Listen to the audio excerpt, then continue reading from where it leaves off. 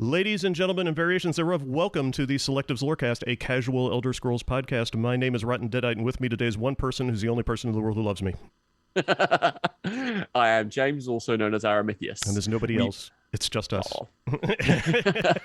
Well, we may have one mark on your bingo cards, and have someone joining us. Someone's going to show up later. Yeah.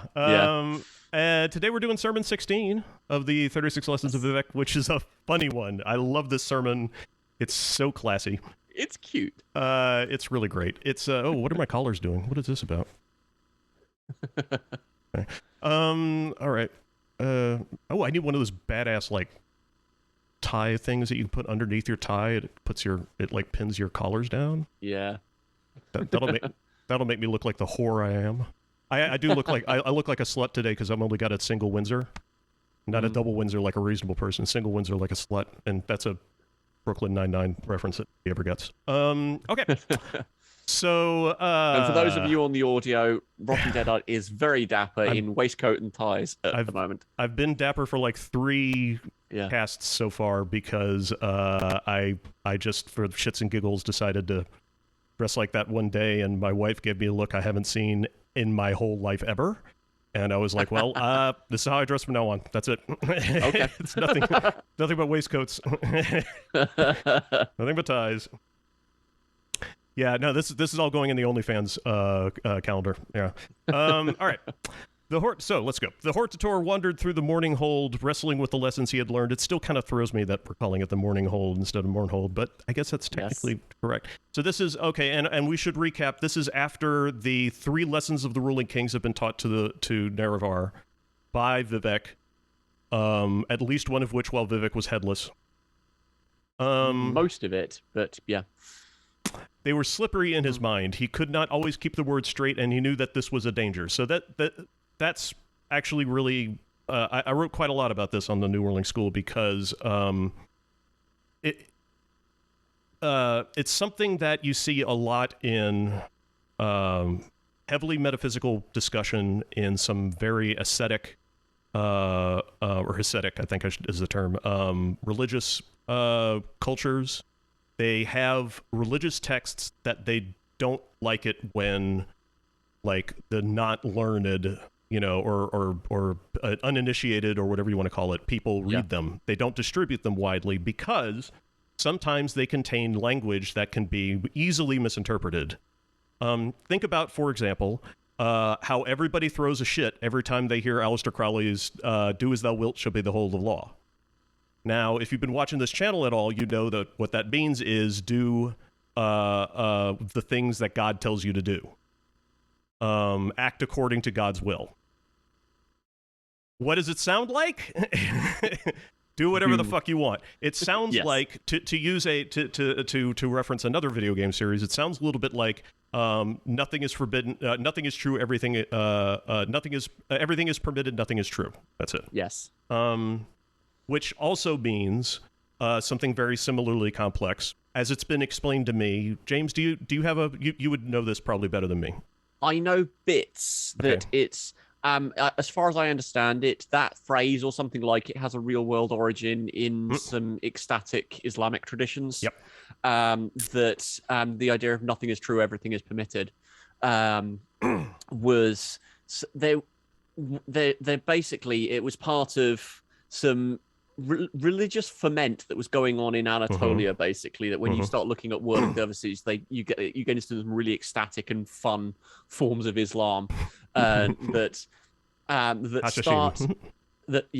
start doing things like placing the worshipper in either in direct relationship with God, with God itself, or that the worshipper is God in some way. You had a good number of Mahdi-esque figures that were thinking that they were the chosen one because they were God, and there was no separation really between the two. And you were kind of moving a bit more towards a more, I don't really want to say monistic perspective, but kind of it's similar to how it's to how some of the understandings with Chim is actually the idea of the idea of everything is God and you are part of everything, therefore you are God. That's that's kind of my understanding of it. I haven't looked into it in any appreciable depth because trying to do it online and not getting tangled up in Assassin's Creed is really hard. Or flagged by the FBI. Yeah. Yeah. So the the second you start Googling things like, traditional Islamic interpretation of something, then it's just you're on a list. I'm already on the list given my academic history. My dad's on the list. No shit. My dad cannot fly without checking in with the government. He cannot board an airplane because he's a nuclear physicist, which apparently means that you know how to build bombs. And instead of what he actually did, which was nuclear safety inspection at a hospital, and like MRI machines and shit. But no, you're a nuclear physicist. You know how to make bombs, and so he literally has to check in. Yeah, every time he flies somewhere. Yeah, one of the other guys at my company gets checked because his when he flies into the US, because his undergrad dissertation was on some sort of mobile radio technology. It was literally applications for mobile networking and stuff, and that's enough to get him on. Yeah, because you're Hacker Man at that point. Yeah. Mm-hmm. Yeah. Hey. I mean, it does. I mean, and I'm Andrew, also known as the.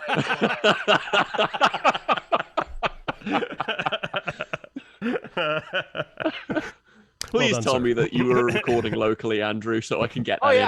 Excellent. Good. I apologize to you directly, James, because I started it a little early. So you can there's a little message for you in there. Ah, cool.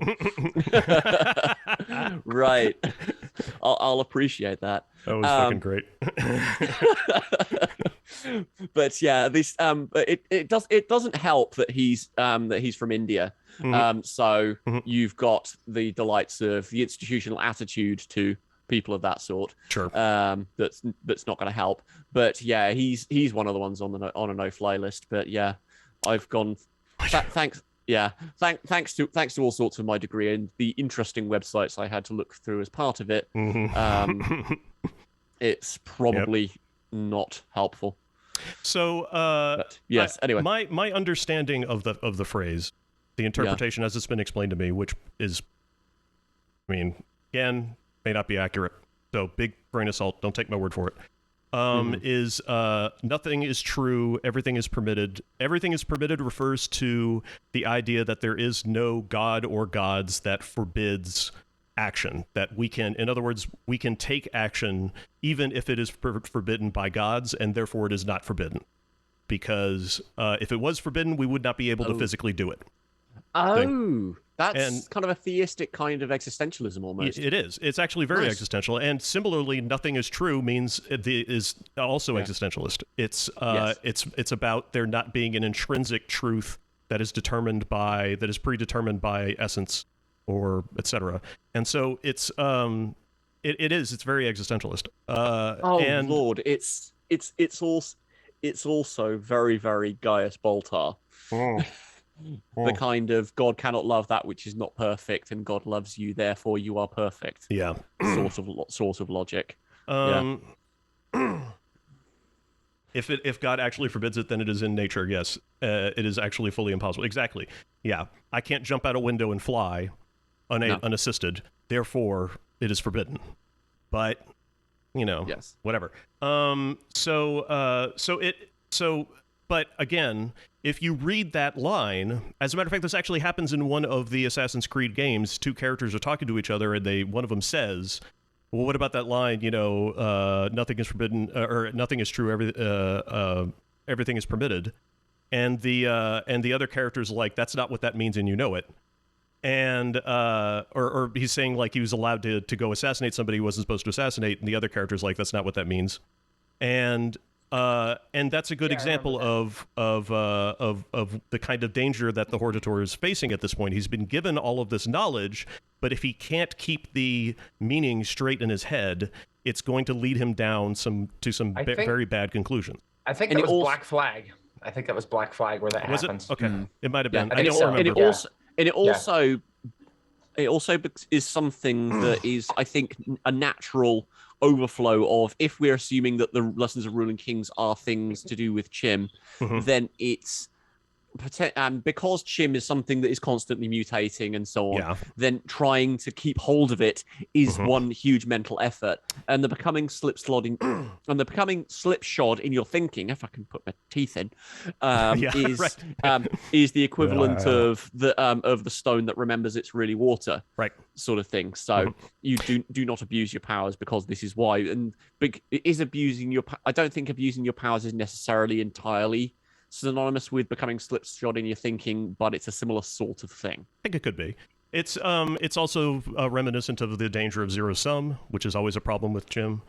Which I'd is, argue that one. But... well, the idea of if Nerevar cannot keep it in his head that he can survive in that state, then yeah, he could fucking blip right out of existence.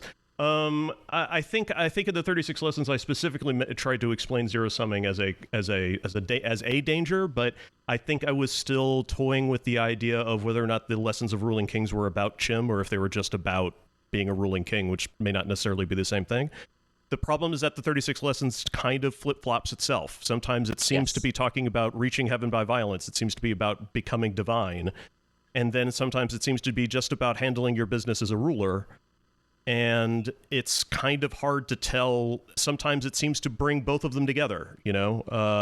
Either that, or it's talking about just the walking ways more broadly. It's not talking specifically about Chim in those sorts of instances with all of those sorts of connotations, but it's just bringing in other forms of becoming a god, which we'll get to later on in this lesson. I'll cover it when if that's the case. If that's the case, then it makes, handling your business as a ruler, that makes sense in that context. Mm-hmm. So there's no reason they can't both be applicable.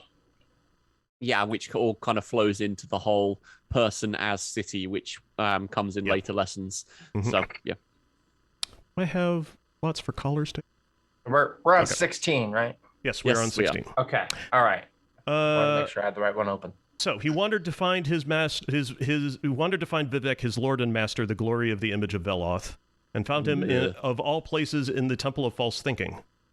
There, clockwork shears were taking off Vivec's hair, so we can probably thank Sotho for that. Yes. A beggar king had brought his loom and was making of the hair an incomplete map of adulthood and death. I mentioned because I'm a fucking kung fu movie nerd, I mentioned in the New Whirling School the idea of the king of beggars at this point. A beggar king might have been... I know that Kirkbride was kind of a fan of wuxia stuff back then, so it's possible that he might have been thinking the same thing. But it's also worth mentioning that a beggar king is supposed to be a little bit of a contradiction. So that could just be more language fun. Also, the possibility of being a crime boss, basically. Oh, could be. Yeah. But why would a beggar king be making an incomplete map of adulthood and death out of Vivec's hair? First off, why is he making a map of anything with Vivec's hair? Yes. Why is it adulthood and death, and why is it incomplete? Well, have to look at the symbolism of hair here. Hair symbolizes physical strength and virility. Oh. Virtues and properties of a person are said to be concentrated in his hair and nails. It is a symbol of instinct, of female seduction, and physical attraction. It also grows as you grow older. Yes, and it's incomplete because if it's still growing, the person is still alive. Therefore, you cannot make a map of death out of a thing that is still alive or produced from life. So that's my reading of that. Yeah. No, I agree with that. So when you say that, it looks like the beggar king is looking at Vec's hair.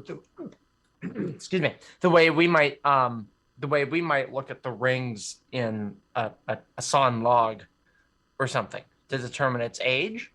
Maybe something along those lines.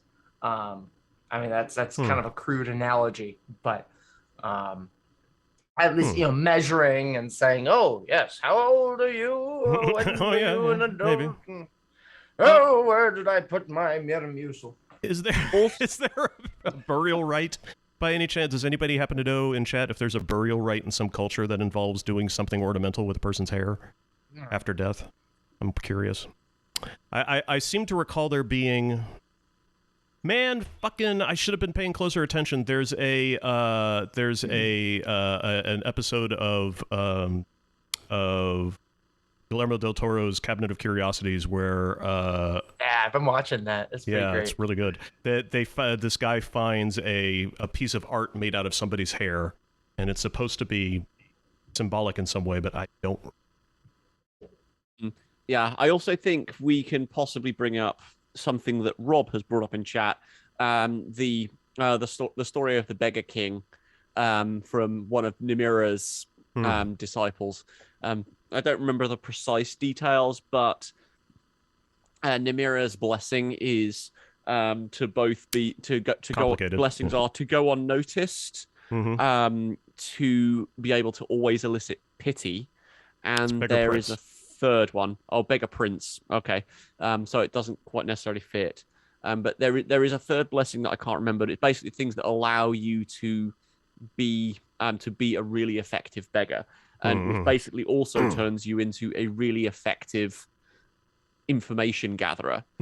Basically, all of the properties for a Nosferatu if you're playing Vampire the Masquerade. American Gods. Did everybody read that? Have not yet. Okay, go read that. Yeah, it's relevant. Yeah, that's Neil Gaiman, right? Yep. Yes. That's what I thought. Is it Gaiman or Gaiman? Help. I think it's Gaiman. Gaiman, as far as I'm aware. Okay. Yeah. So Nerevar said, "Why are you doing this, my lord?" Vivec said, "To make room for the fire." Okay. So, yeah. Obviously, we already know Vivec is usually depicted as being bald, with a halo of flame around her head. However, there is a Malkavian. There is a you guys are such problems to GM for. There is a. They're just so. It depends on the player. It depends on the player. All right. Yes, absolutely. I cannot stand fish milks, and so yeah. Okay. Are we talking Warhammer? What the fuck is that? No, this is we'll explain stuff. Once the cast is over. Vampire the Masquerade. We more derail horribly. More Masquerade. Okay. Yep. So they have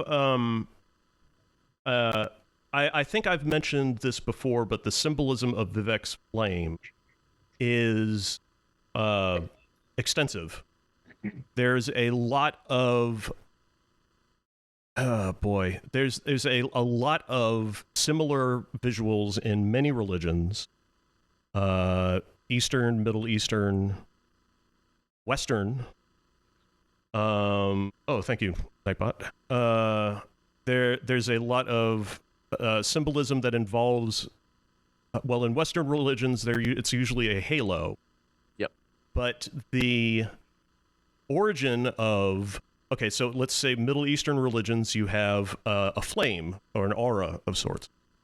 And it is heavily speculated, especially by people who have meditated heavily and found and attained this level of vision, that the flame is something that the fire, the glow, the aura is something that people have actually seen during meditation while staring at either an icon or a painting or similar of a god or some other religious figure.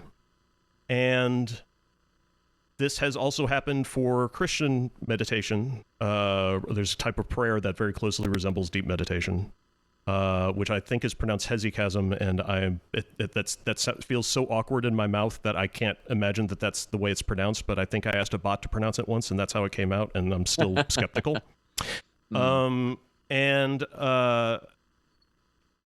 This state is... Okay, so I'm going to... All right, you know me, I'm a scientist. I'm just going to spit this. People can judge me all they want.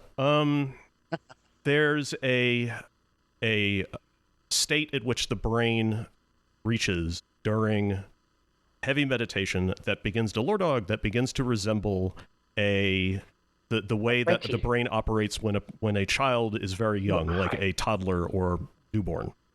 Yep. And the brain at that very young state is primarily focused on developing pattern recognition and being alive, operating the body. And but mostly comprehension, just learning how to see things, how to understand what's going on around it.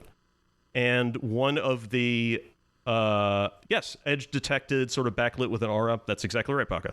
And one of the traits of this pattern recognition that children's brains go through is the recognition of faces, because it's very important for them to recognize who's their parent and who isn't.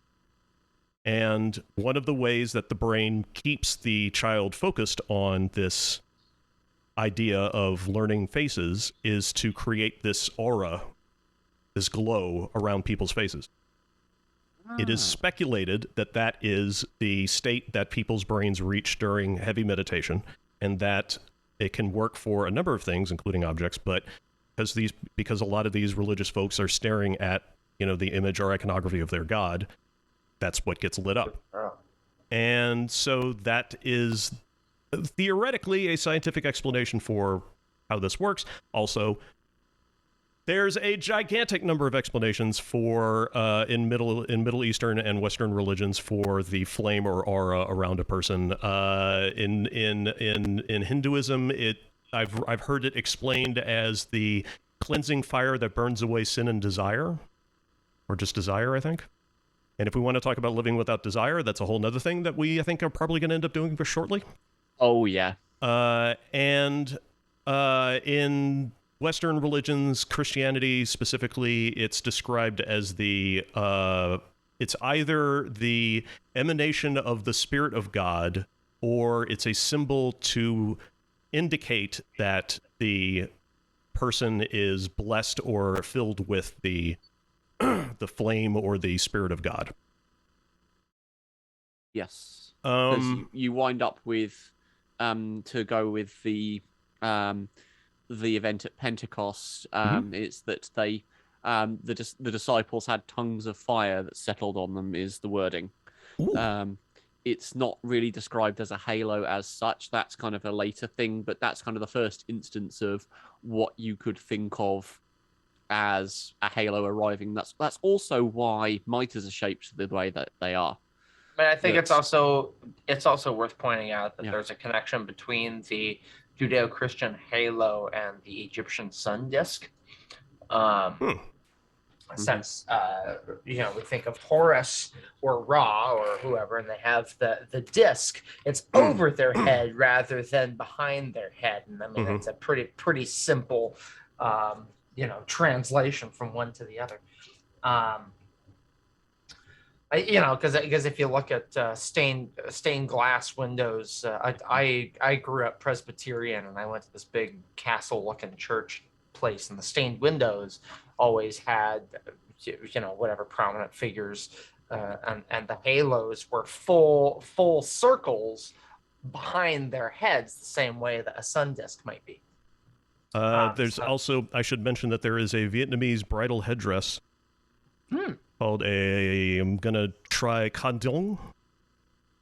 Sounds right to me. It's not, I guarantee it, but it is supposed to resemble. It's supposed to be a reference to the halo. And so I think that brings us to a metaphor of, or rather, what light is symbolic of. Because I mean, if it's the sun, if it's fire, whatever it is, it brings light. But there is a difference in the Elder Scrolls. Yes, within Ayleid cosmology, certainly, but not necessarily in Dunmer. Yeah, in Dunmer cosmology, light and fire and stars are all kind of very, very related to each other. As being sort of divinity or divine power or something. Yeah. Well, I'm curious as to why Vivec needs to shave to make room for it. Well, otherwise the whole place will smell like burnt hair, duh. Or otherwise her hair will be burned, and we can no longer make an incomplete map of adulthood and death. Yeah, possibly. Well, it could be also that because Vivec may at this point be... It's always easy to argue that Vivec is at points in the 36 lessons, or at no point in the 36 lessons is Vivec an actual god. Yeah. And this could be one of these places where Vivec is preparing to go up another level, sort of. Well, another thought I just had is a lot of ascetic monk sects will shave their heads. Beat me to it. Yep. Yeah. They did this for a number of reasons. Some speculate because healthcare was relatively poor. They wanted to avoid louse and insect infection. That's probably not the case, though. What's probably the case is that they shaved their heads because they wanted to hygienic purification. Sure. It could be that they wanted to symbolically demonstrate their piety, their embrace of rejecting physical beauty and the senses. It seems like the same kind of mentality behind the Catholic tonsure. Yep. They shave just the top of the head and have a ring of hair that looks stupid. Yep. No. It looks dumb on purpose because That's the point. They want it to look dumb. Yeah. And it also, I've pointed out, makes it has a practical effect of making all practitioners resemble all other practitioners, thus sort of creating this sort of sense of unity and also we're all the same person and conformity. It also, as an act of humility, it attempts to help reduce Vivec's sense of unique identity. And to humble and to humble Vivec, which is relevant because of the last couple of chapters Vivec has just been through, of supplicating herself to Molag Bal, and learning denunciation of ego and vanity, and hashtag not a cult. If you couldn't cut your hair because sure, maybe they gave up their family. That's interesting. And so the state of chaos shares many aspects with oblivion and the principle of void and emptiness. Therefore, Chim can only be obtained by an empty vessel. So Vivec must empty herself, of her ego, in order to allow the state of divinity to occupy her. Thanks for the resub, Arctic Jew 666. It's a lovely username to say out. Doesn't put me at risk for terms of service at all. Bezos specs for the Hermetic Halo Heresy.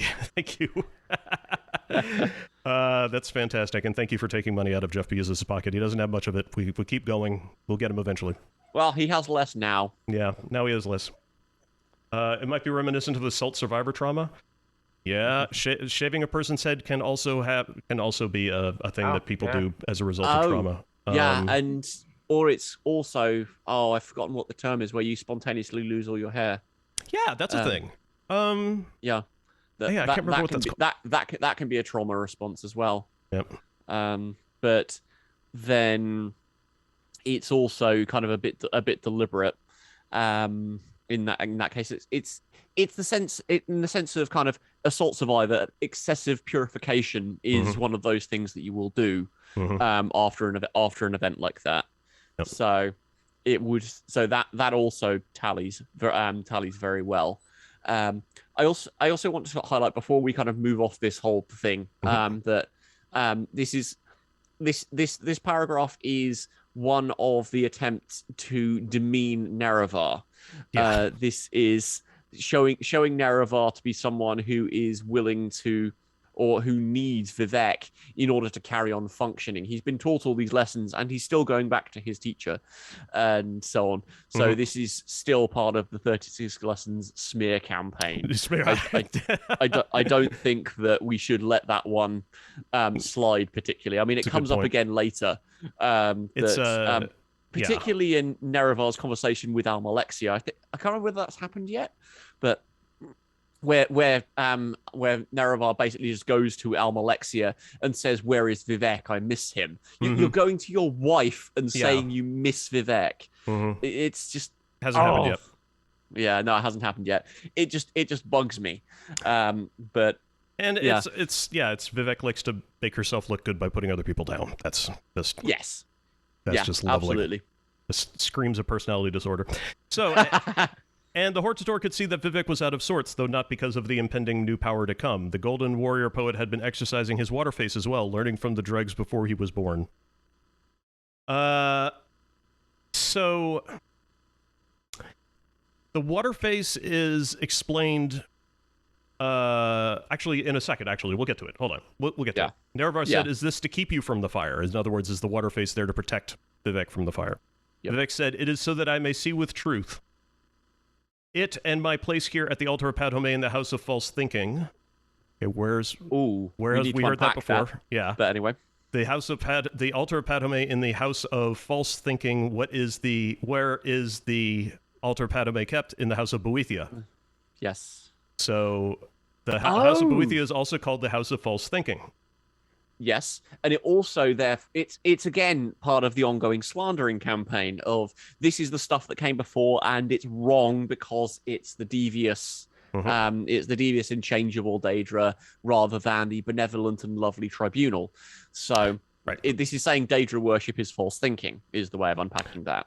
Well, I explained it this way. On the surface level, the connection is Boethia is the Daedric Prince of Deceit, and among her other titles, as such, deception is high on her list of weapons, so House of False Thing. Yes. Oh, I've also had another thought. Wait. Sorry. I've got a lot to go. Okay, cool. I'll let you finish. To Vivec, all of reality is a lie, which in fact it is. The Arbus is a godhead's dream, and that lies to its inhabitants by resembling reality. To Vivec, then, truth is relative to the reality that is presented to us, which is therefore a lie. If something is true, it aligns with what we perceive to be true, but if what we perceive is intrinsically false, the only truth that can therefore be the only truth that can therefore be what is not true. Hence, false thinking. By contemplating what must be untrue, we see past the Godhead's lie and into the nature of reality. This has a strong concept, the Zen concept of no thought, which is thinking that does not rely on the four possible combinations of yes and no. Okay, so here we go. All right, because Zen is tough, so we're going to take our time. Okay. Number 1, something is true. Number 2, something is false. Easy enough. Everybody's on board. Number 3, something is both true and false. Number 4, something is neither true nor false. Okay, so that's 4 types of thinking. If you have a thought that does not rely on those 4 types of thinking, you have a no thought. Okay, this is why sometimes Zen sounds a whole lot like just absolute gobbledygook, just nonsense. It's because it is. It's because it's trying to put you into a state of illogic, of dislogic, you could say, which then makes it, because a lot of Zen Buddhism is about giving your mind so much to think about and confuse it so much that you can start to separate your consciousness from your logical, your observational consciousness from your logical consciousness, and you begin to watch the way your brain works. You're DDoSing your own logic. Exactly, and so you're DDoSing yourself until you eventually start dumping error logs. And then you start reading the error logs, and that because that's the goal of Zen Buddhism is self-awareness. Yeah. Okay, so you just start pulling cables until you figure out what's going on. So to continue this train of thought, let's consider the relationship between Boethia and Chim. If the true nature of reality is a lie, or at best a distortion of truth, then Vivec must contemplate this falsehood in order to perceive the truth, which is a step in achieving a state which in reality cannot be comprehended. Only by thinking beyond the realm of what is true and false can the actual nature of the universe be comprehended. It is a point beyond the various combinations of chiral concepts. Okay? So beyond the idea of the enantiomorph, and true and false, is where Chim lies. Yes. Which makes sense because Chim is intrinsically ridiculous. It doesn't make any sense. The idea of being a part of the whole and yet still retaining your individuality does not in and of itself make sense. And it also maps into several things about Boethia because of the whole I exist because he does not thing. Because it's the idea of making your own truth and building your own reality out of what you do. Yep. I always saw Kim as closer to the Descartes, I think, therefore I am. It may not be me doing the thinking, but something is doing my thinking, and that thing exists, which means I exist. Yeah. Yeah. So and that's if the Godhead exists, then I must exist. Is the to my mind that is a way to arrive at it. Yeah. Yeah. And that's kind of like that's kind of one of the things that I think would have been really interesting if Kirkbride and company had had time to really sit down and really beat up this concept of Chim and enlightenment in the Elder Scrolls universe. They probably could have developed a much more granular and well-defined walking ways that would that would seem to sort of make more sense, more exhaustive sense, I should say, in terms of like the internal logic of the Elder Scrolls universe. As it is right now, the 6 walking ways kind of seem a little limited, and some are a little samey. Because it's not even clear precisely what all 6 are. Some of them may be the same thing, like Numidium and the Scarab are both really closely aligned. Well, and Chim and the Endeavor are the two that overlap the most for me. Which I wrote a thing years ago about how the Endeavor is a launching point for attaining Kim. Yeah, it is, because the Endeavor is about returning back to the initial brush point, the first creation. Yes. Yeah. Chim is looking back at that point, but sort of also becoming it. Yeah. And then I think I wrote how Prolix Tower was just talking yourself into godhood, like you just speak for so long that, or you exist. You exist long enough. Or get others to speak for you. That's my theory. The whole kind of that's kind of where the American gods or Discworld concept of divinity and the Elder Scrolls thing overlap. Line up. You get everyone else in the universe to say you're a god, and the universe will believe you. That's will just believe them. That's just mythopoetic. That also works with the Dragon Break. And it's something that I like. So the Prolix Tower is also called the Hurling Disc. Are they definitely the same thing? I think I found somewhere that they are definitely the same thing. They're I thought the Hurling Disc was just the name for the wheel itself. It's a Dragon Break. Too. It's the wheel in a Dragon Break. Yeah, that's that. I believe that is accurate. It's a disc it's the wheel that is no longer spinning on its axle. It's been picked up and flung.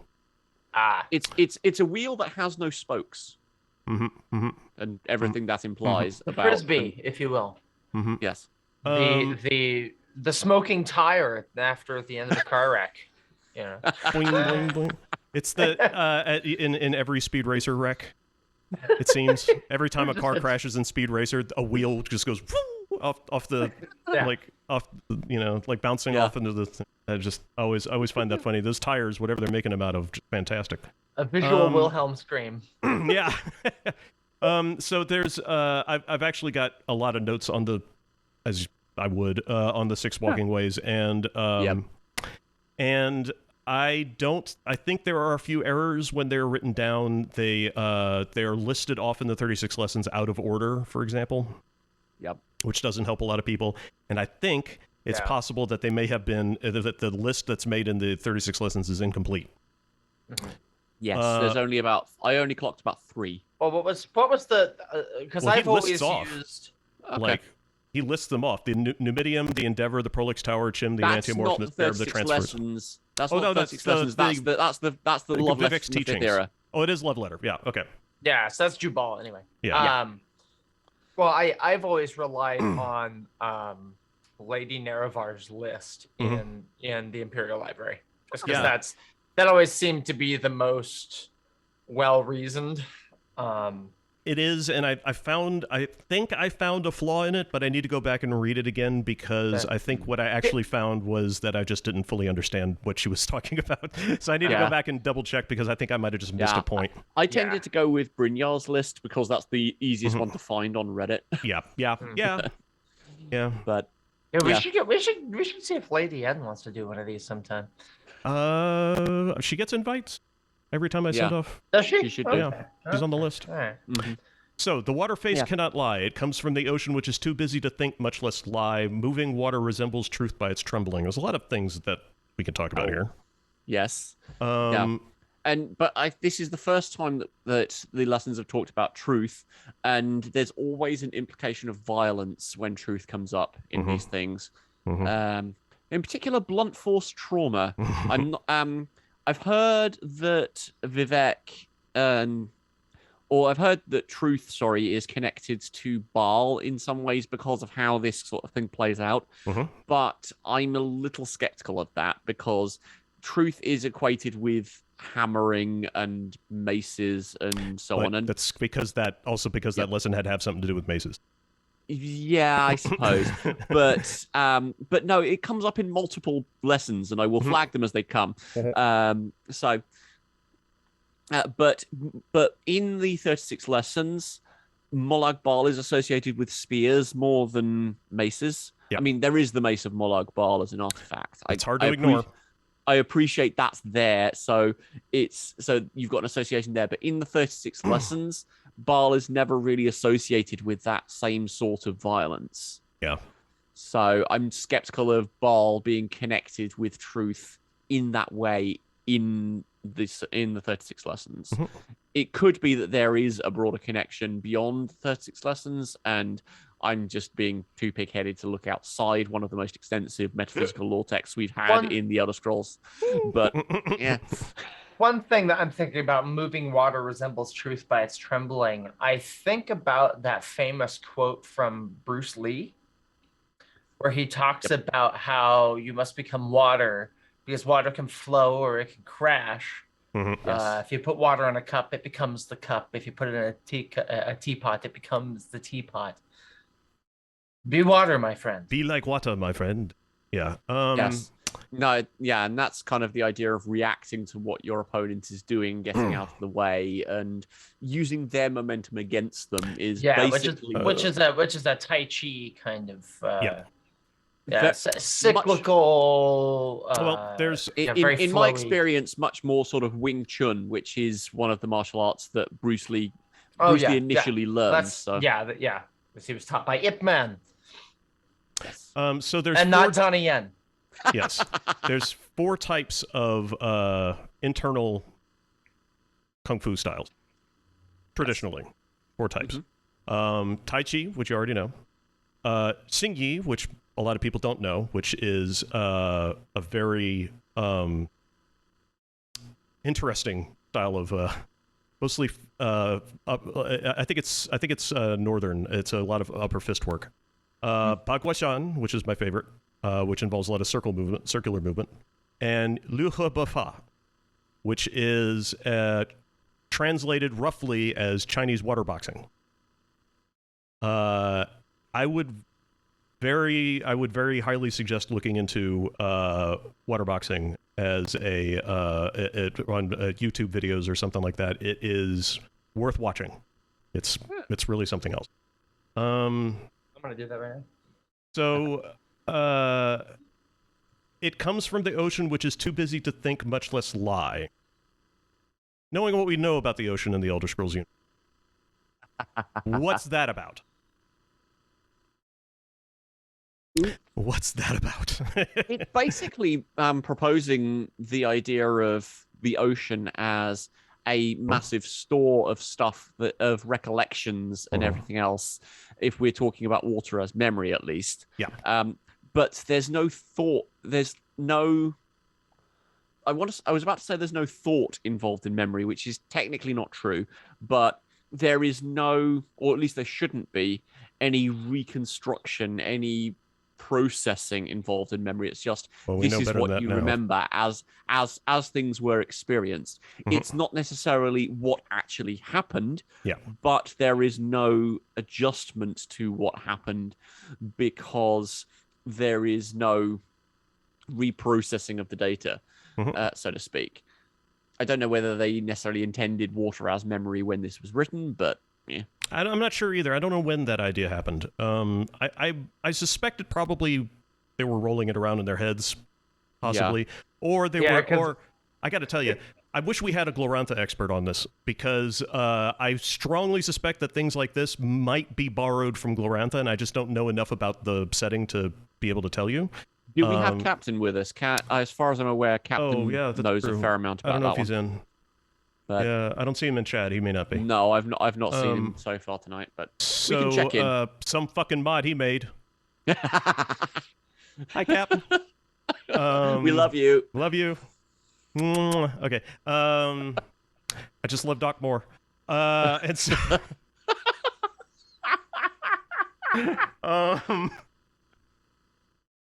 I'm gonna get banned from my own channel. Yes, you are. Moving water resembles truth by its trembling. I'm still trying. I don't have a comment on that in the New Whirling School because I'm still trying to figure that out.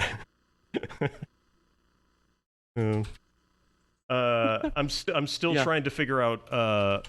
It resembles truth by its trembling. I guess the movement is the idea, is the key, that because I can't think of trembling without thinking of fear.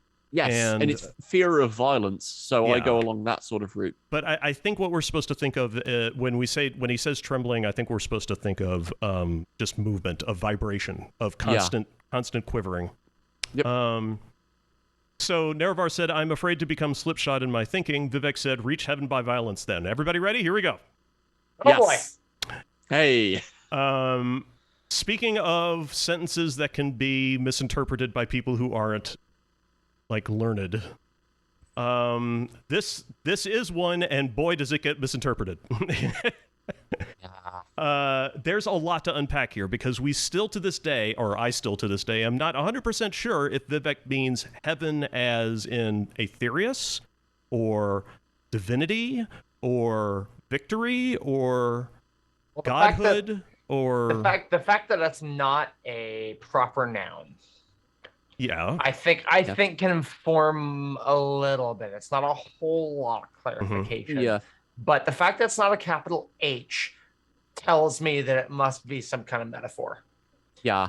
I kind of go along the line of because we go off the number of walking ways from a similar phrase, the idea of 6 are the formulas to reach heaven by violence, from enigma to enemy to teacher.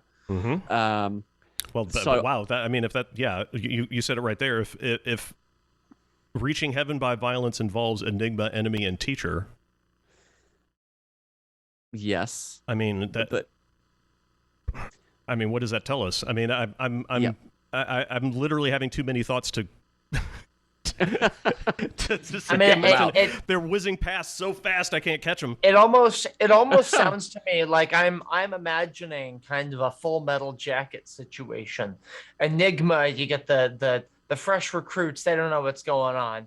Enemy is early Ermy yelling at you in your face, and the fucking Kingpin is there.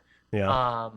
And teachers, when you realize, Arlie Ermy was trying to get us to work as a unit by posing as an enemy. It's Ender's Game shit. When Graf is like, I'm gonna be the bad guy so that Ender can learn how to adapt to difficult situations, because we need him to kill those bugs that are running around out there. So, do you think enigma to enemy to teacher is a description of Vivec's relationship to the Hortator? Sure, I think it can be applied like that. I don't think it's a linear thing, because if you're going by this, we're already at the teacher stage while the Hortator is still immortal. In this life. In Morrowind. I was going to say, in a relationship to the Nerevarine, absolutely, this is how it functions. That's not what I should the have said. Hortator itself. You're right. Yeah.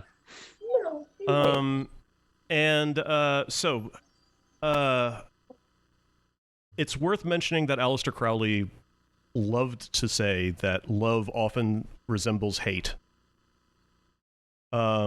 Which is... Did he mean love or did he mean love? He meant a little lowercase love. Right. Which is infantile, frankly. It's just ignorant. Well, trying to make sense out of it. I mean, it's like if you're a parent who you're stern, you're stern with your kid. Your kid's like, they hate me. And it's like, no, I'm being an enemy so that you can learn. Yeah. Because I have to impose these restrictions Bear on the you. rod, spoil the child. Right. That's a little more brutal. Yeah. Yes. Like I'm pretty strict with my son, who's with his bio dad this weekend. So I got the house to myself, which is fun. Woo-woo. Gonna watch porn on the big screen. Oh yeah, I'm about 10 steps ahead of you there, buddy. All right. Yep. But I'm relatively strict on him, especially when it comes to school things. Being a teacher myself, I take his education seriously, and I force him to take his education seriously, because if he doesn't, he's going to be behind. He's going to, even in a, when he's older, and he has the option of whether he values education or not. I want him to look back and go, oh, that's why I was learning all these things. I'm so glad I learned all these things. And that's, it's less rod and more, sometimes I got to be a dick. Like it's just the way it goes sometimes. But yeah, no rods. This is not No, Idaho. absolutely. And Sorry. yeah, I had to watch my wife change her shirt. But yeah, just to reach heaven by She's mad at violence. me Then now. I also kind of process this as a way of.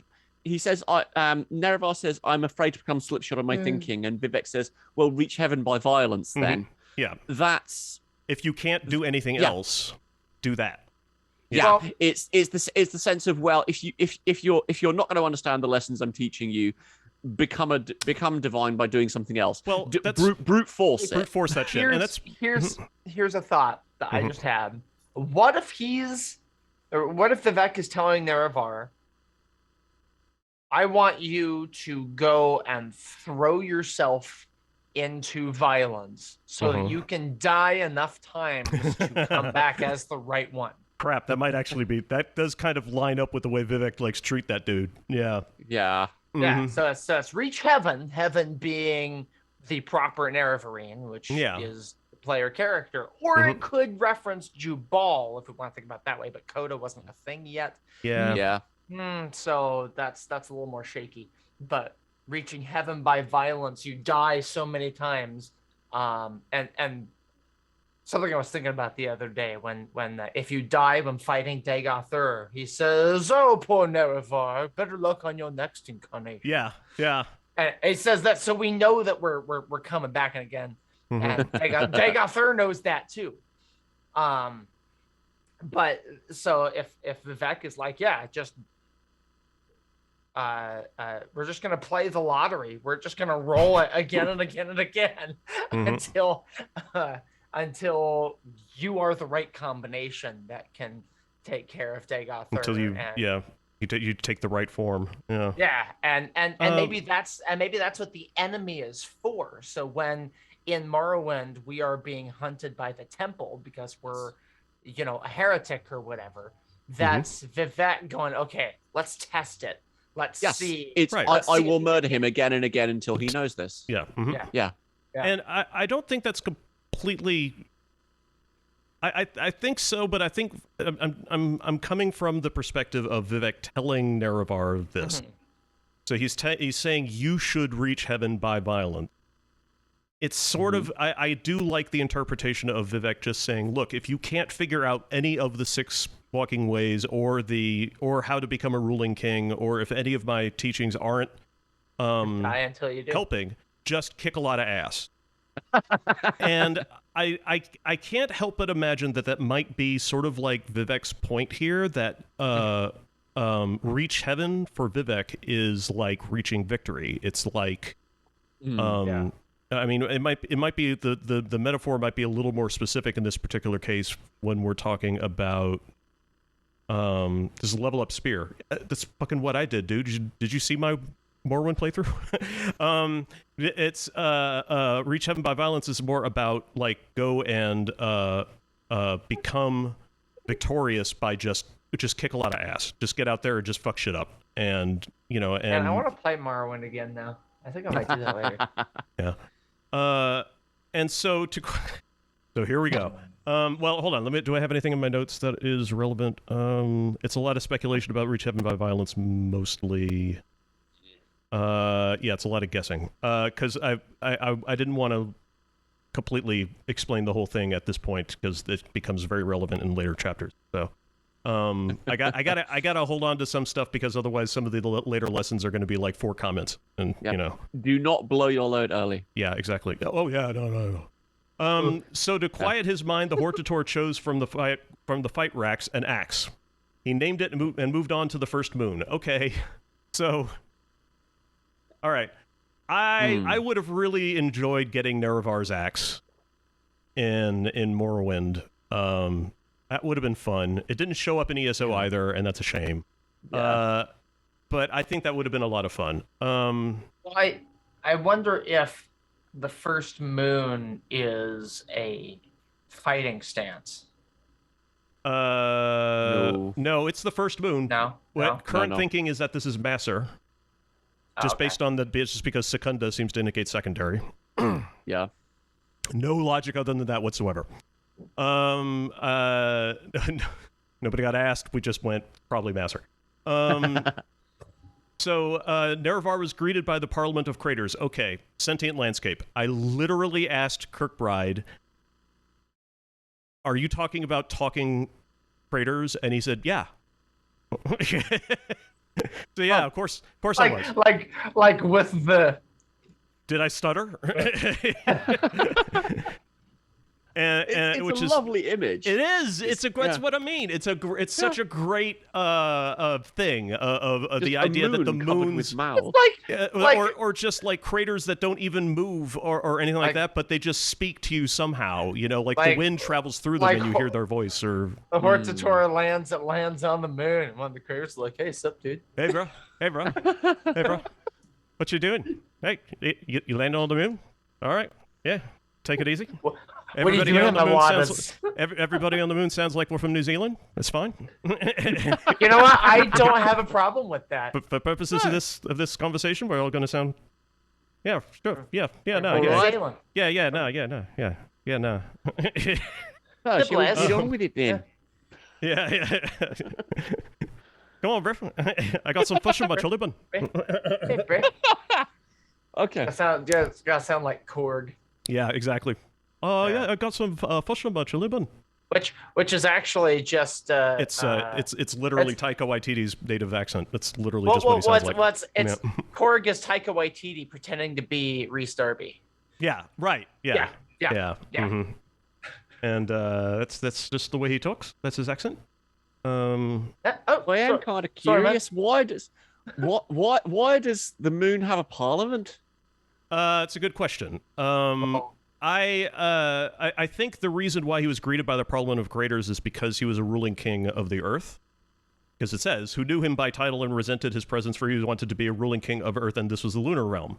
So I think that basically the royal organism showed up. The Parliament showed up. The king did not show up. Because King Charles showing up. You think you get the king? Oh no, you don't. No. Nerevar didn't get the king. Plus, the Lunar King is the missing god. That's possibly. The Lunar King is missing. So they shifted around him in a pattern of entrapment, which is also a scary idea of landscape shifting. Yeah, you do not want to be encircled by it's by interesting how the New Zealand accent sounds like a Texan accent when they're so distant from each other. It only sounds like that when I do it, Rob. No. That's 100% my fault. 100% my fault. I like this next bit a lot. Yeah, the moon... I know, this is such a great language here. The moon does not recognize crowns or scepters, they said, nor the representatives of kingdoms below, lion or serpent or mathematician. We are the graves of those that have migrated and become ancient countries. We seek no queens or thrones. Your appearance is decidedly solar, which is to say a library of stolen ideas. We are neither tear nor sorrow. Our revolution succeeded in the matter that it was written. You are the Hortator and unwelcome here. I'm literally getting chills when I'm reading that. It's gorgeous. It's absolutely gorgeous language. Yes.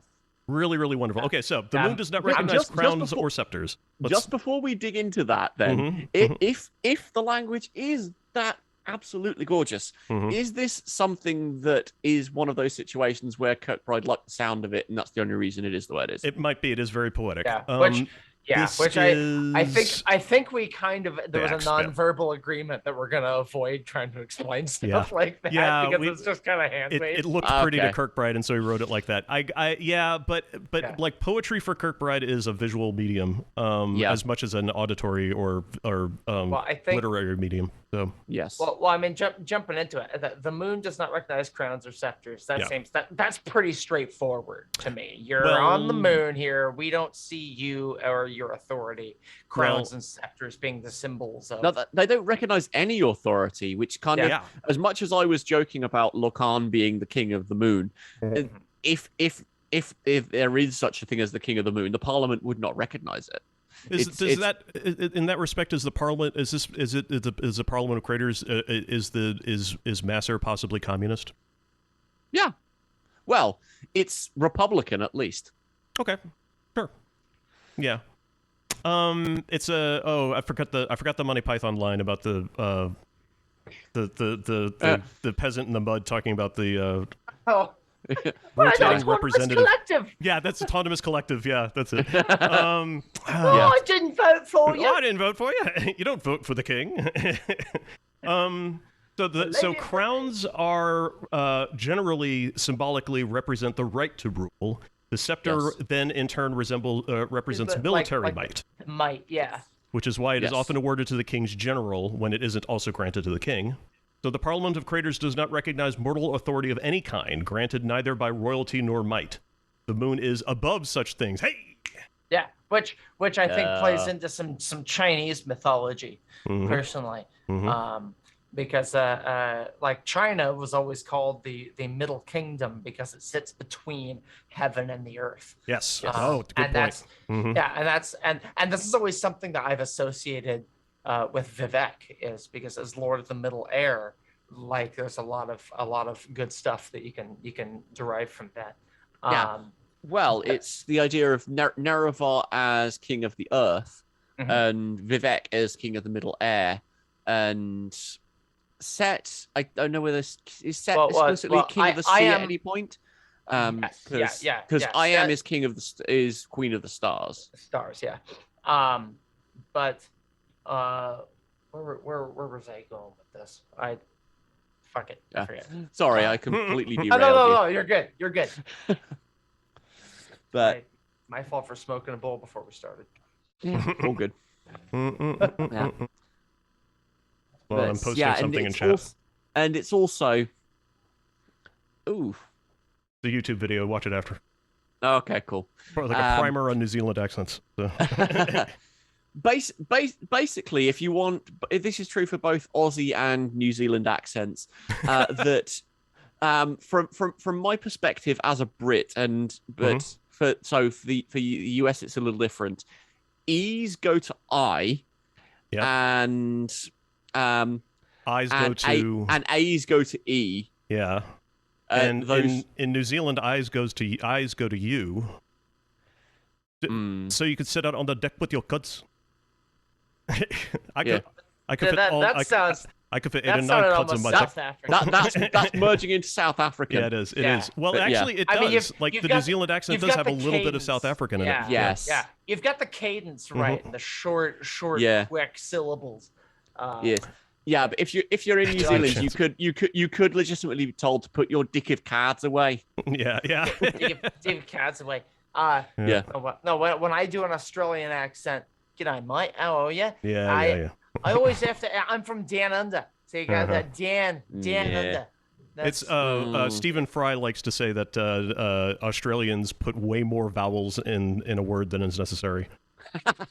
Yeah, I can see that. Although you go to the right place in New Zealand, and they almost sound, or not the right place in New Zealand. Sorry, the right place in Australia, and they do almost sound British. Well, there is a version of the Kiwi accent in New Zealand or the Maori accent in New Zealand that sounds a little bit Indian, sort of. Which apparently has something to do with a trade route of some kind. Yeah. Yeah. That's really cool. Anyway, yeah, there's actually, Yes. I think the Louisiana accent is just based off the French accent. Yeah, Yeah. because that's Yeah. what Cajuns are. Creole. The Creole language is from Cajuns who came down from Canada. So Yeah. yeah. And lots of Yeah. French. I mean, New Orleans is. Yeah. Well, I do mean, it was. my Creole accent's fucking awful. I'm not even going to do it. It's really bad. I I- lived well, there for 20 I years. don't know and what a it's Creole terrible. accent sounds like. Don't look at me. It's awful. I'm way too Creole and fucking an Garden accent are District. two different things. Shush. Yeah. Well, it's Cajun accent then. Pardon me. Cajun. There we go. Yeah. Okay. The spicy melange language. Yes. Ooh. Yes, Barker. That's spicy melange language. Ooh. Ooh. Anyway. Belongs life. So Yes.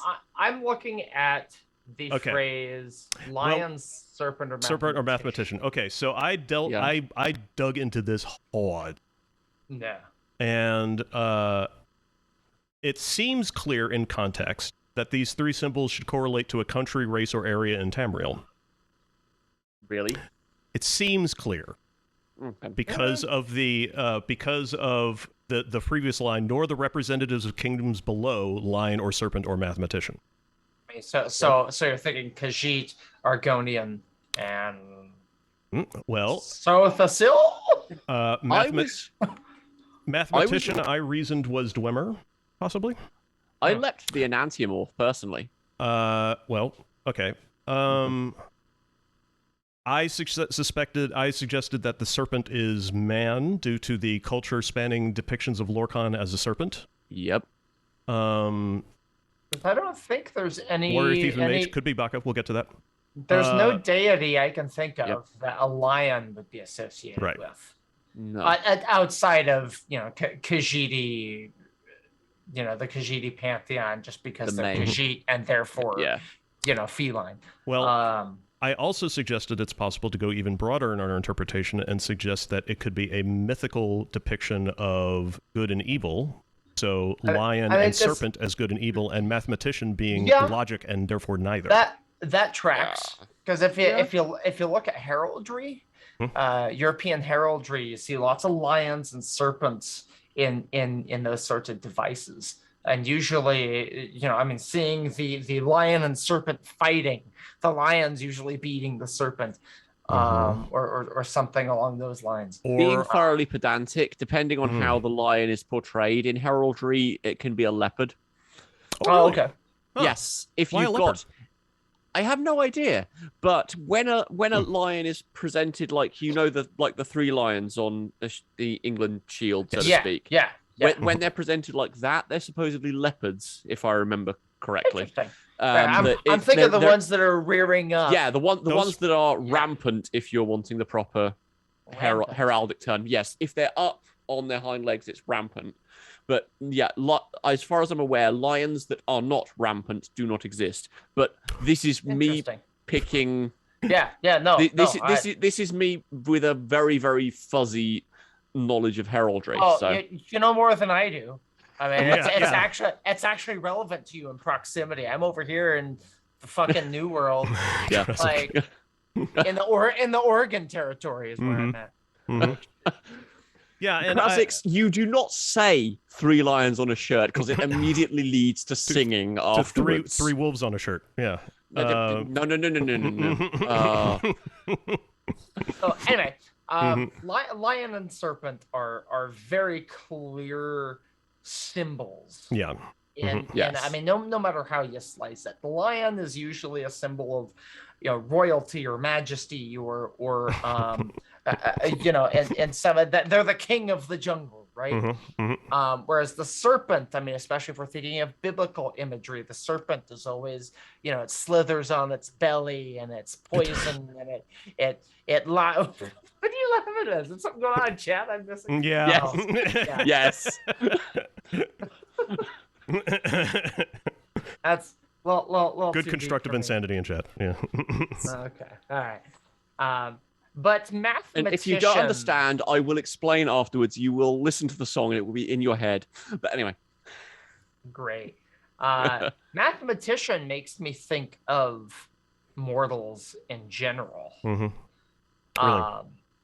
Yeah. I mean, maybe I'm thinking of it too much in a realistic, real world sense, because the only Mhm. people who care about math are people. Rocks don't care, animals don't Oh, care. well, math cares about them. Oh yeah, oh no, Yeah. it certainly does. But we are the only ones to have actually categorized, quantified, and understand math. Mhm. We're the only ones who pay attention to time, for example. We're the only ones who mark the hour. So mathematician, I mean, that also makes me think of a Walt Whitman poem about was it the when I heard the learned astronomer, I think is what it's called. Um, it factored heavily in Breaking Bad if you watch that. But it's a poem about how the speaker, presumably Uncle Walt, was listening to a learned man on his lecture about the stars, and he was talking about their size and their shape and their color, and he was really dissecting everything about these stars. And the speaker expresses displeasure at this idea, and so goes outside and stares in perfect silence up at the stars. What he's saying there is that science, in this case mathematicians, are trying to dissect and understand the world rather than enjoying its beauty. Oh, okay. And so that's what that poem, at least how I read it and how I've lots of other people have read it. That's what that poem is suggesting. Mhm. And at least the phrase, science is inherently destructive. We have to destroy something to understand it. Right. Even frog dissection. We have to literally, the frog has to be dead. We have to cut it open. We got to kill it, or we won't be able to Yeah, understand it. yeah, Can't so- observe it. Yeah, violence is inherently violent. Mhm. In that mode of thinking. So if we're thinking about mathematicians and how mortals try to understand their place in the world, that's kind of where my brain goes. Mhm. For mathematicians. So we've got lion, the good and the majestic and the valiant, and the serpent, the evil and the deceitful, and then the people who are just trying to understand everything and make sense of their reality. And so the Parliament of Creators is saying, I don't give a shit if you're the king of the jungle, or if you roll around in the dirt, or if you don't even know what's going on. We do not accept your authority. Yeah. So to take a long-winded tirade into that actually kind of holds up a lot. Like if you're a king, i.e. a lion, or a serpent, i.e. the lowest of the low, or Or a a thief. mathematician, a person who analyzes things, and and a scientist, in other words, Or a wizard. yeah, or a wizard, yeah, or a wizard, yeah. You're a wizard, Harry. Well, math in the Elder Scrolls universe, math and magic seem to be Yeah. extremely closely related, if not the same thing. So Yes. No, I see this as potentially an enantiomorph expression. yeah. Well, actually, that's what I suggested in the New Worldling School, is that it's about the enantiomorph. So we are the graves of those who have migrated and become ancient countries. I don't necessarily know if you could take a lot of what they say literally, but I kind of like the idea of this being a little literal. Those who migrated and became ancient countries, I think, might be the not the Atata, the Aedra, who migrated from Aetherius and literally became the physical world. Does this remotely map onto what craters are on the moon in real life? If you're thinking about meteors as a thing that come from stars and impact the moon, Yes. are we talking about displaced get? What are they called? Magna-Gi? Yes. Yeah.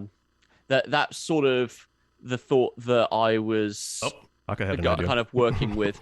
That I can't remember quite how they're talked about in the original cosmology document. I remember the line of "What are shooting stars?" a misnomer, and I can't remember any of the rest of the phrase. Oh yeah.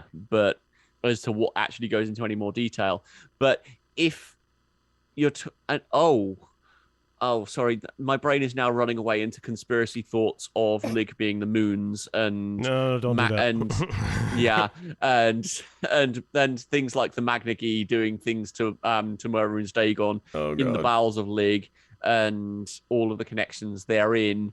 And yeah, I don't know that there's not enough for me to articulate there because I can't quite remember the theory well enough of Lig being the moons. I really like it. It's on Reddit. Go look it up. It's something like, if you want to find Lig, look up is the title of the Reddit thread. It's really well reasoned and I really like it. But it complicates things if we're talking about craters in the conventional sense. What thread was that? Sorry. The idea of Lig being the moons. Oh yes. Okay. Yeah, I can't remember who's responsible for it, but I want to say that was Mojo. It's a little too recent for Mojo.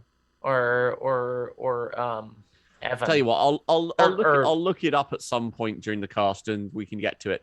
But can we milk anything from the idea of craters being departed stars or something like that? I mean, it makes me think of. Yeah. I mean, early peoples used to, see things like comets and say, "Oh, it's a shooting star." It's not actually a star, but it's an object, a celestial object flying through space that reflects light, and we call it a star. Well, that thing can conceivably crash into something, which leaves a crater, right? Yeah.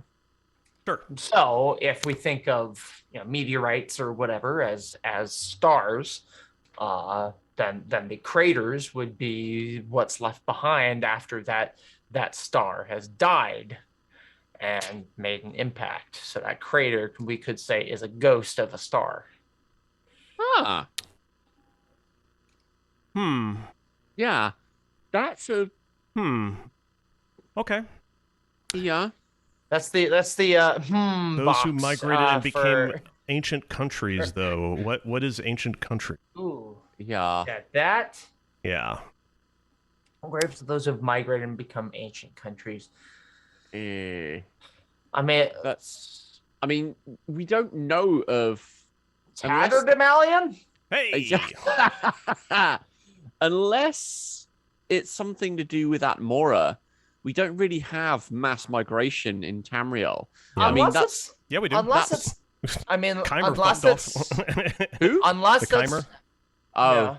Yeah. Unless... the Orsimer, theoretically.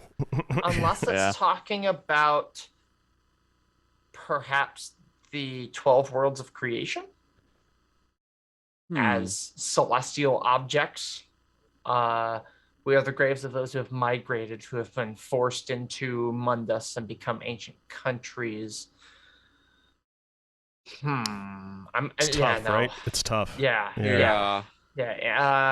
Or, I mean, do we know of anyone living on the moons prior to, I guess, Riemann? Not really. No, not really. I mean, conceivably the aliens could have done it. Yeah, I think we've got no evidence for it. Yeah. There's no evidence, but I mean that they had kick-ass portal magic that they were using. I mean, they were jumping planes with it. Yeah. So no, I mean, it's conceivable that they could have had a foothold on the moon. We just haven't seen it.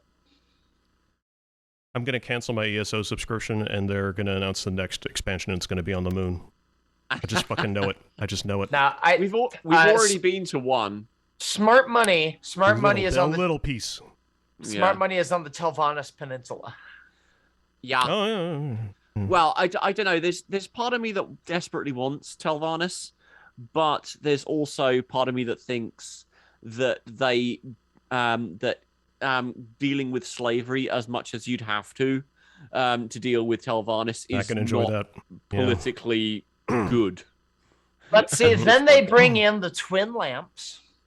Oh, hey, that could be good. Yeah. And there's your main quest right there. Yeah. You're joining the twin lamps, and you're helping to subvert a former Dres nobility who's been adopted into House Telvanni and is establishing a slave colony here in the Telvanni Islands. You can't overthrow the Newark. institution is the only issue. You can't get rid of the institution, which is part of my problem with it. It's, well, not my problem, but it's part of why I think it's a problematic thing to deal with. One bubble of a larger issue. Yeah. Which is slavery, but this is it's really bad here, so we're gonna go fight that. Yeah, you could establish the twin lamps actually. That would be I don't know in lore when the twin lamps are established. I don't know. They're like a afterthought in Morrowind. Yeah. They're an underdeveloped subplot that they wanted to do more with that they never really got a chance to, and thank God for modders is as I say that phrase often. I mean it every time. Thank God for modders. They light the way to freedom. Yeah, they do.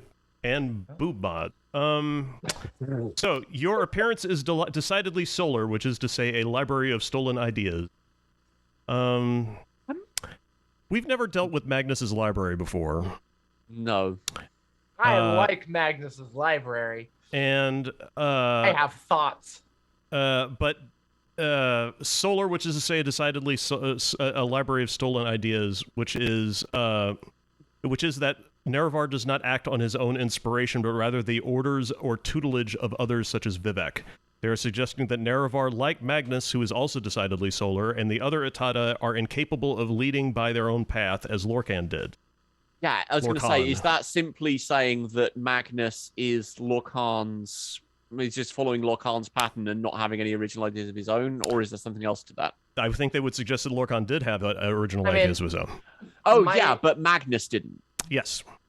I think that's what they're saying, yeah. See, I think this is referencing the Elder Scrolls here. Could, yeah. Because, and I've said this before on Reddit, you might be able to find it if you're lucky. But someone had asked what the Elder Scrolls were, and I mentioned how every so often Magnus reclaims the scrolls so that he can keep track of the of what's going on to store them in the Library of the Sun in Aetherius. Yeah, in the Solar Library. Yeah. And so the stolen ideas are all the various possibilities of Mundus that he has collected and cataloged. Which is to say, a library of stolen ideas. Your appearance is decidedly solar. I mean, determined by those scrolls that have been cataloged. I think that they are. I think they say it as in we know that you are solar. You are decidedly solar. You are definitely solar. Yes. Yeah. Which would make sense for the let's see, was the Nerevarine? No, that's not an Elder Scroll prophecy. That's a Zurek prophecy. That's not to say that the scrolls wouldn't talk about it, because the scrolls talk about everything. Well, we're gonna do a sentence. We are neither tear nor sorrow, which is, I mean, they have no regrets, I think is what they're getting at. But the next sentence is important. Our revolution succeeded in the manner that it was written. Since we're already talking about Elder Scrolls. There's the face I wanted. We're already talking about Elder Scrolls. Yeah. I think they might be saying our revolution succeeded in the manner that it was written means our revolution succeeded in the way that it was foretold. We did exactly what we were supposed to do. Also, my big O moment for that one. Where else have we heard of big revolutions happening and succeeding and throwing down things and breaking faces? So this feels This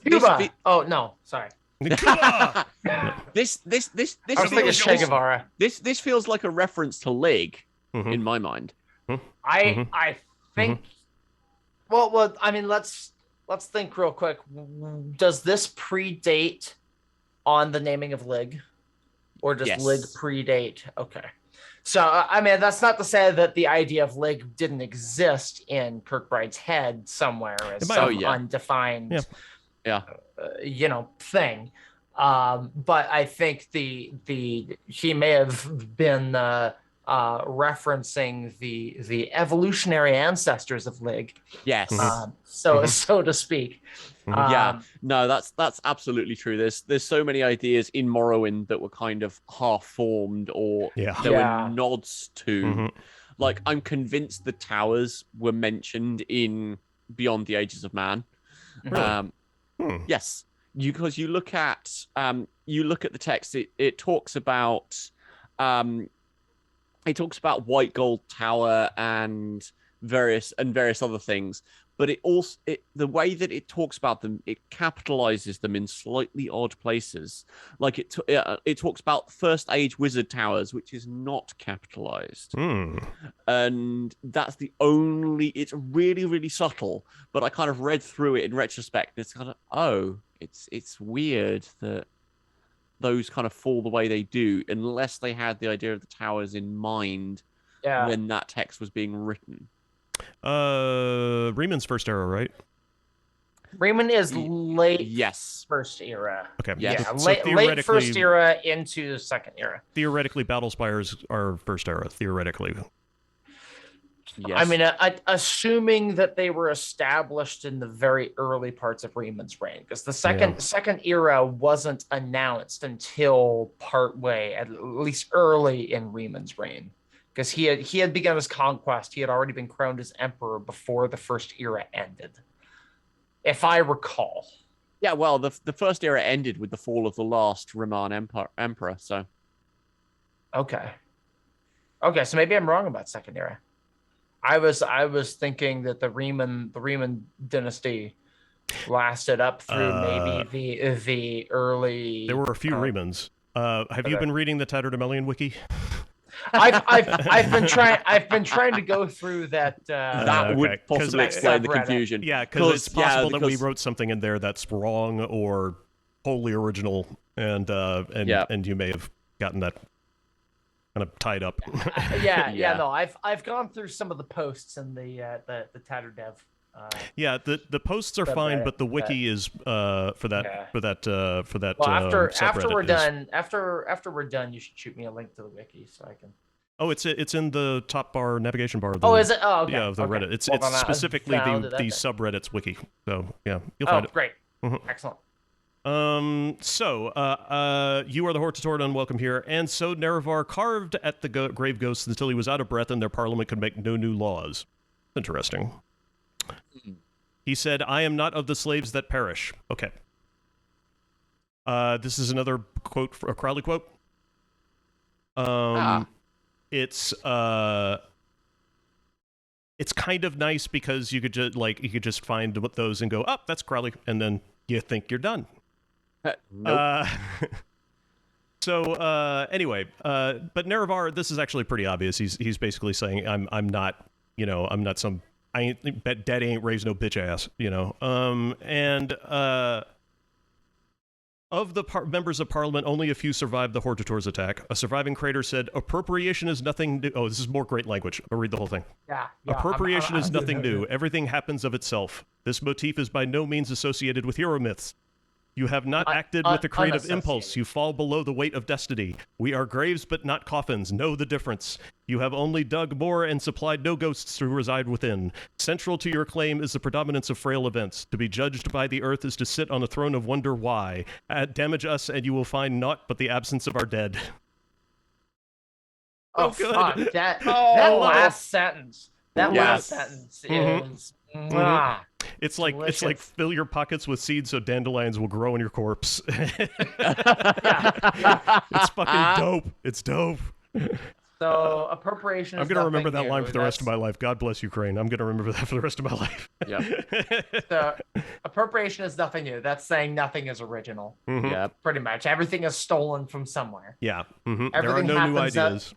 Everything happens of itself. That sounds like a statement of determinism. Yeah. Things happen because they're going to happen. Because There is no effect. coincidence in the land of the Velothi. So yeah. Yep. Mhm. This motif is by no means unassociated with hero myths. I So, think that's saying obviously, it's saying yeah. Yeah, Go it's they're not mutually exclusive. Yeah. It also brings in the idea of heroes being self-caused and self-motivating, which ties into without the hero there is no event. Predestined and predetermined. So by hero myths is this particular crater discussing the prisoner.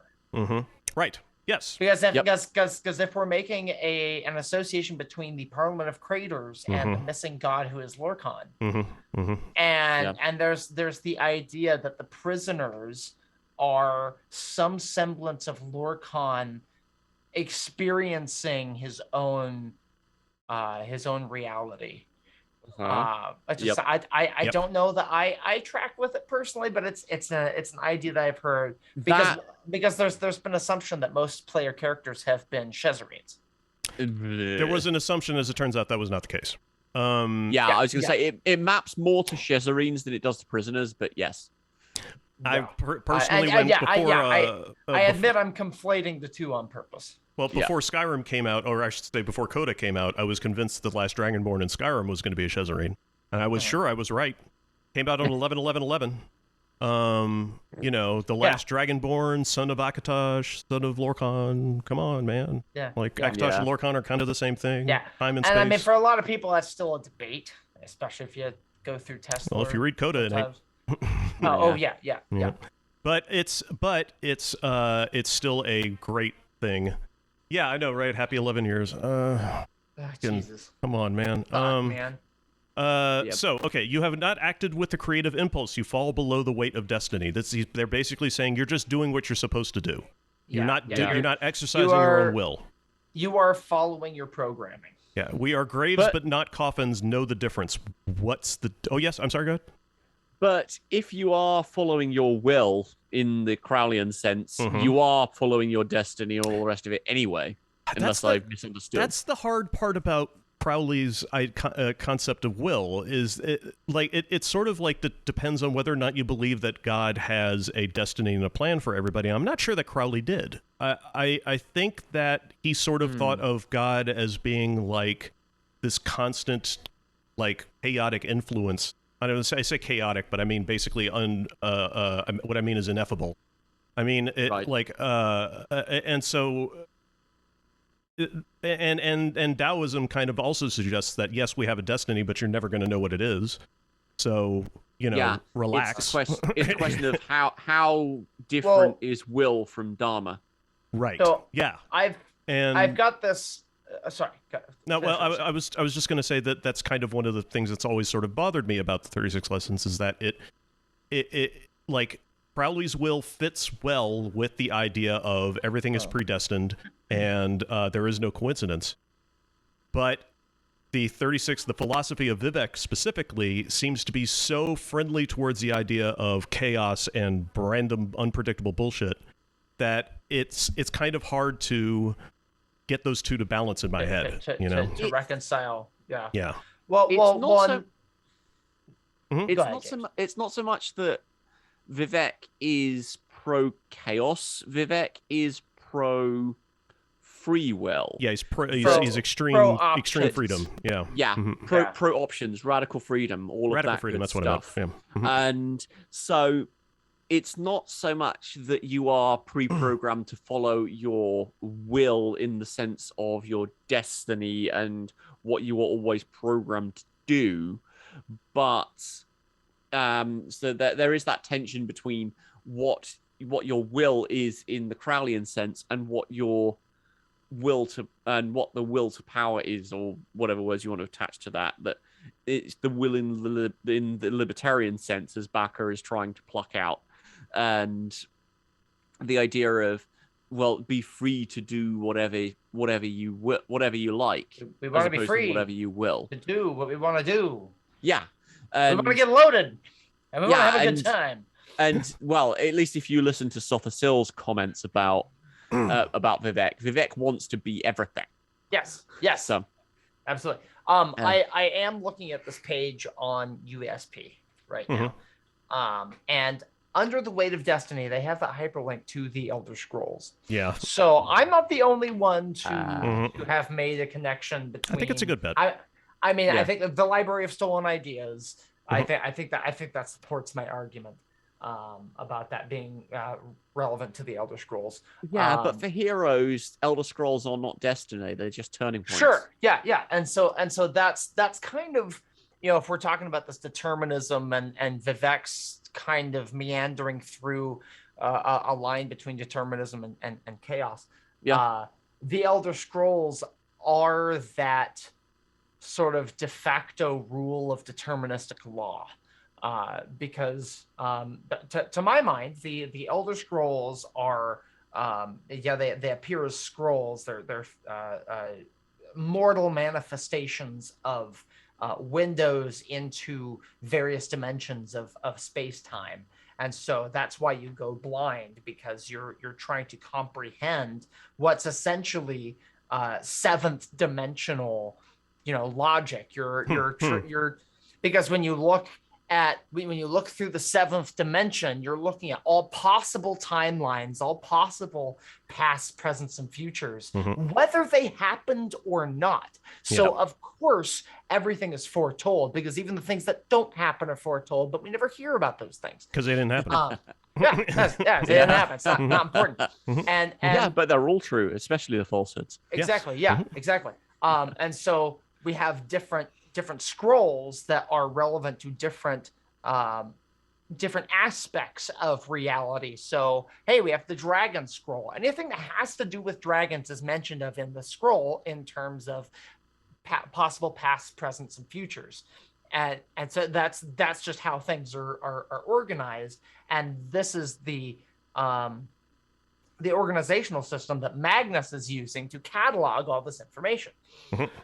So when we say that you have not acted with the creative impulse, you fall below the weight of destiny, what you said earlier, I think, was right on, Chris. You're just doing what you're supposed to do. You are doing the path that the scrolls have laid out for you, because you aren't at that point yet where you can deviate from that. You haven't reached heaven by violence enough. Yeah. You haven't died enough to actually see the bars of your cage.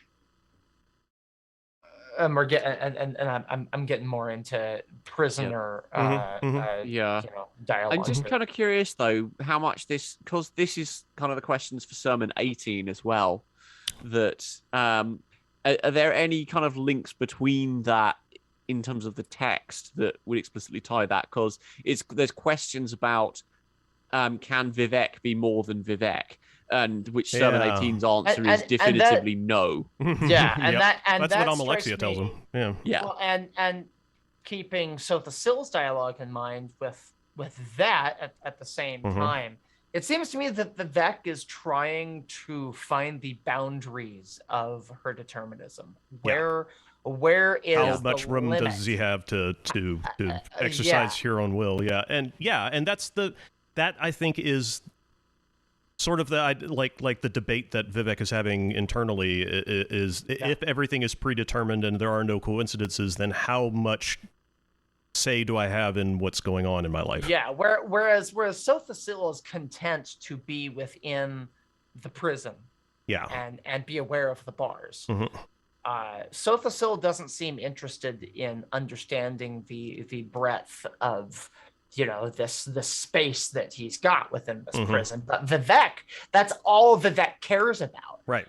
Vivec wants to know where the limits of her freedom are. And so Z spends time looking at the bars and setting up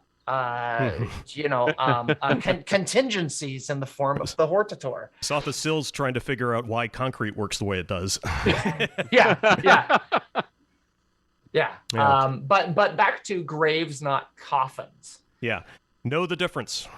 Yeah. What's the difference? The difference is a coffin contains the corpse of a being. A grave records the existence of that being. Yes. I disagree. Grave can contain a coffin, but unlike a coffin, it does not lose its purpose if it doesn't contain a coffin. A grave, to my mind, is a final resting place, whether intentional or not. If you die out in the wilderness and you're buried by the ravages of time, Mhm. that is your grave. Or A is it your coffin? Well, a coffin We talk sounds about a watery intentional. grave. We talk about a watery grave. We don't talk about a watery coffin. That's a good point. Mhm. Yeah. Now coffins, that shows intent. Mhm. This person died. We are aware of it, and we will honor the dead Mhm. by making sure the body's protected and all this stuff. So that to me sounds like the difference. A grave is someone's dead. A coffin is someone's dead, and we acknowledge this. So you have only dug more and supplied no ghosts to reside within. You've only dug more, so perhaps you've created the space for people to die. Graves, Yeah, but not you've dug coffins. graves. Not coffins. Yeah. Yeah. You've Maybe- created death. You have not memorialized it.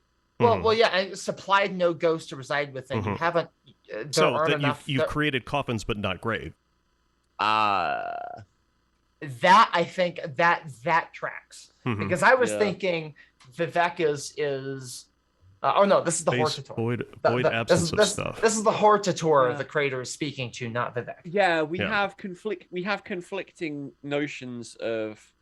I think what Arctic Jew is pointing out is that when it comes to the language of grave specifically, we both have the ideas of an unmarked grave, a watery grave, where people are just buried and it's dealt with. And but you've grave you've can also got the hold- idea of a gravestone, which I think is what Andrew is getting at, of the gravestone as a memorial. Well, that's what I would associate with the coffin because because it's some manufactured thing around the death, around the grave. We're acknowledging that this person died, who they were, and we're respecting them. Whereas a grave doesn't necessarily need a headstone or a coffin. It's just where someone died. Before the coffin is placed, a grave is only an empty hole. Yeah. So if it's an empty hole, then looking back at the sermon here, you have dug more. You've only dug more. You've created the space for people to die, but you haven't provided people to be. A grave is an inverse womb. That's fucking awesome. I'm not sure where on earth I can go with that, but it's just no. I mean, I might steal that for something D&D related, but yeah, if a womb is a space for birth, a grave is a space for death.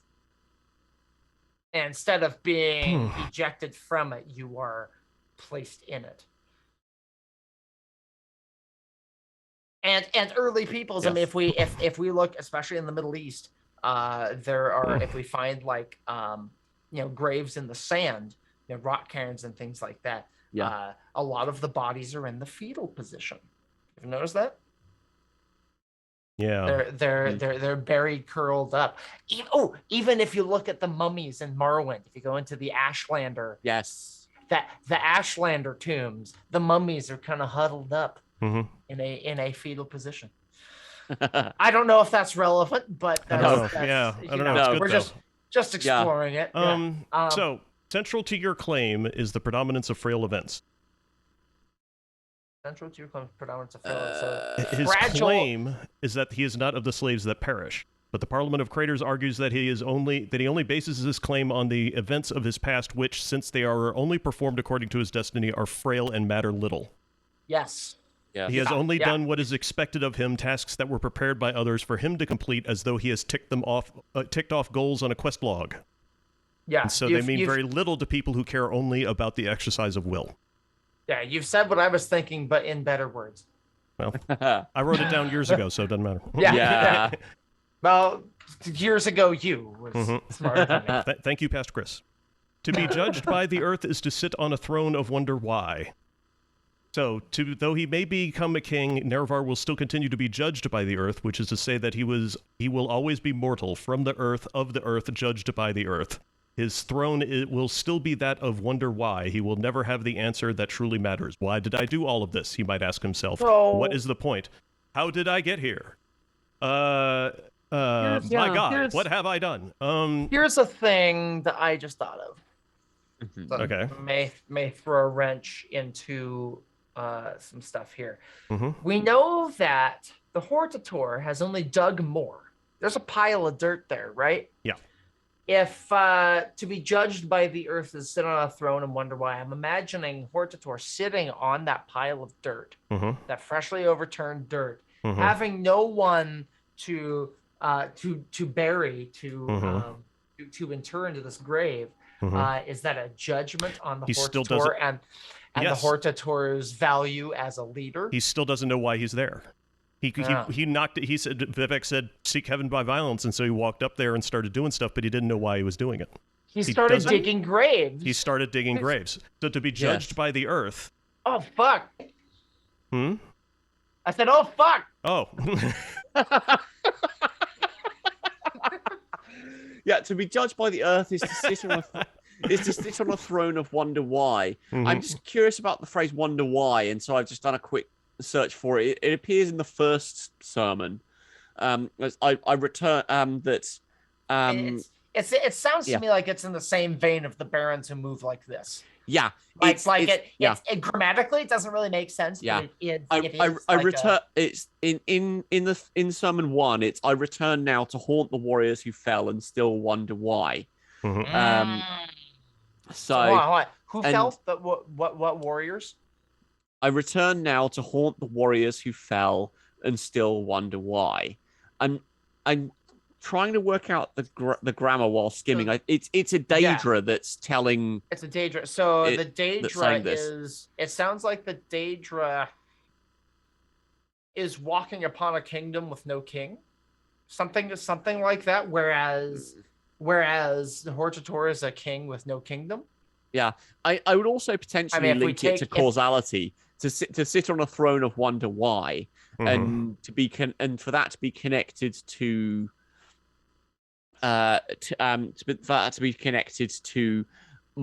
to the earth and therefore kind of terrestrial logic to be bound by causality. To be judged by the earth is to be buried, maybe. Possibly. I mean, that certainly connects to the warriors who fell. Exactly. Yeah. So I'm wondering if maybe that's the idea here is that to be judged by the earth is to sit on a throne of wonder why. So you were the king, but you still don't understand what your purpose was. Yeah. Just like I'm kind of looking at these graves, not coffins, these graves of people being analogous to a kingdom. Being analogous to the king presides over the lives and deaths of his people. Yeah. Right. So I mean it's a thin connection I've got. Yeah, there, that's a tough one. But that's where I keep coming back to that. Was it like I don't know, like I'm thinking of someone who's a king of a defeated nation. Something like that. No, I'm sorry, I'm losing it. No, carry on. Yeah. Sometimes exploration goes nowhere. Sometimes. Yeah. The 36 Rages of Vivec are really good. I have 2 periods for some reason or other in the ending of the word. I have to fix that, but one of them is an interesting little Easter egg. Okay. Damage us more, and you will find naught but the absence of our dead is the final. Keep digging graves, and you'll find that there's no one there. Yeah, which is also a way of saying they won't die. Yeah. Yeah. It's you keep beating your head against us, and it's never gonna you're never gonna get anywhere. Yeah. And it's especially considering what happens in the next sermon. Yeah. The idea of Nerevar making no meaningful impact whatsoever. It works. Yeah. So, yeah, one of the best sermons out there, I think. Definitely a top level one. There's a lot in that one. Yes, that one's hefty. And some lovely language. And I have to say, it took us about 2 hours just to talk about that. Well, and I have to say that this is a good lesson when you talk about the reason why metaphysics uses language that seems so inaccessible and obtuse. Yeah. This is a good reason.